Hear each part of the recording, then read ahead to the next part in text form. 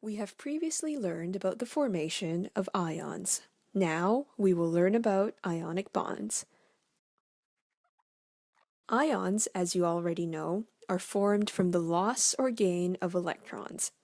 Electrons, however, do not suddenly appear or disappear.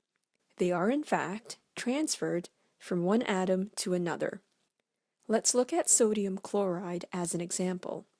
Sodium loses one electron to form a sodium ion. The electron is not lost, but transferred to chlorine to form a chloride ion. So we have a sodium ion and a chloride ion. They are oppositely charged ions and will be electrostatically attracted to one another, much like how opposite poles of a magnet are attracted to one another. This electrostatic attraction is an ionic bond. Sodium chloride is an ionic compound because it is held intact by ionic bonds.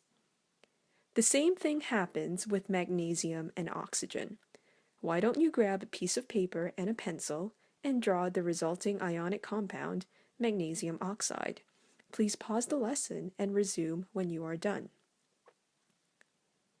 Magnesium transfers its two valence electrons to oxygen, forming a magnesium ion and an oxide ion.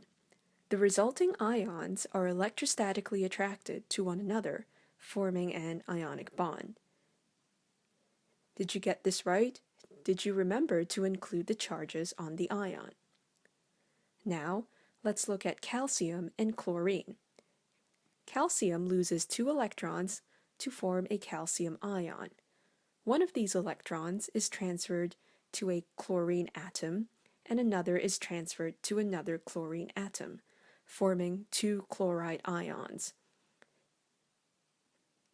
The calcium ion is electrostatically attracted to the two chloride ions because the opposite charges must fully balance each other out. In all three examples, the resulting ionic compounds have an overall neutral charge because all charges are fully balanced out. In summary, an ionic bond is defined as the electrostatic attraction between oppositely charged ions. When an ionic compound is formed, the charges must be balanced so that the resulting ionic compound has an overall neutral charge.